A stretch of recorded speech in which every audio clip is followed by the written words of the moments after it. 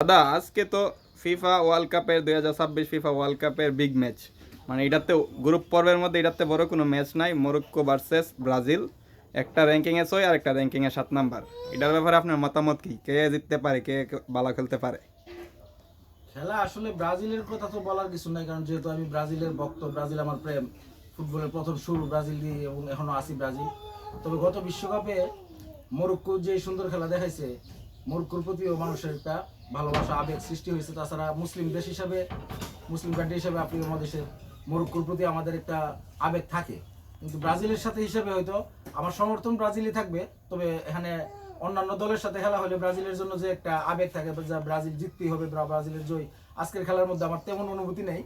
কিন্তু আমার পছন্দের দল, প্রিয় দল ব্রাজিল হিসাবে ব্রাজিলের প্রতি সমর্থন থাকবে। কিন্তু মরক্কো জিতলেও আমার দুঃখ থাকবে না, বরঞ্চ খুশি হবে, কারণ মরক্কোর প্রতি আমার অনেকটা ভালোবাসা রয়ে গেছে। যাক, মুসলিম দেশ হিসাবে আপনি মরক্কোর প্রতি ভালোবাসা রয়েছে, আর তাছাড়া আপনি হয়েছেন ব্রাজিলের ডাই হার্ট ফ্রেন্ড। ওই যে দরজার মধ্যে পতাকা লাগানো আছে, এটা দেখেই বুঝতেছি আপনি ব্রাজিলের একজন বড় ভক্ত।